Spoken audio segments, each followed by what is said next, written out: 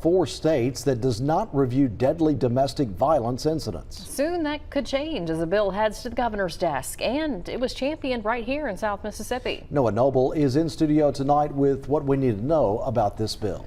Yeah, think about how many times you've seen a headline involving domestic violence and murder. Well, many people say it happens all too often here in our state. So what can we do about it? Well, one solution might be inside of a bill heading to the governor's desk.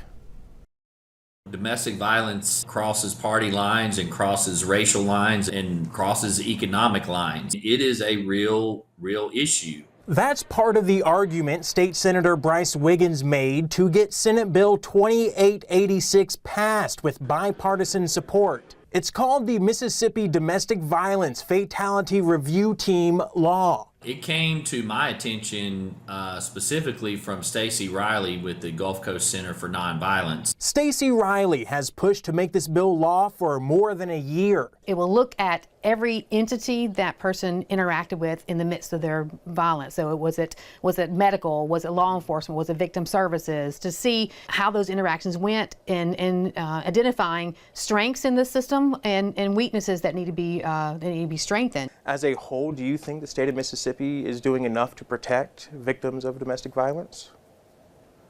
No. We have 10 shelter programs in the state, and there are 82 counties. There's deserts in the state for victim services. We do have a great response, but we can always do better tomorrow than we did today. The review board will be organized under the Department of Public Safety.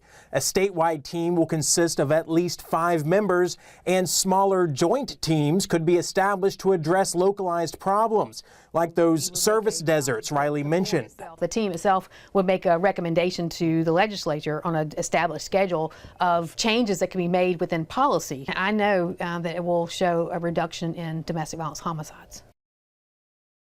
Now, once signed into law, Riley believes it could realistically take about a year to get the review board up and running.